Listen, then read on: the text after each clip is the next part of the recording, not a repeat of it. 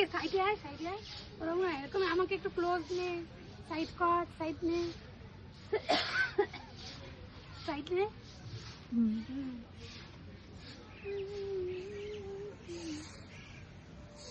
আসো না বাবু এরকম করতে কেন আসো না তুমি আর আমি একটা এখানে বসে ছবি তুলি ছবি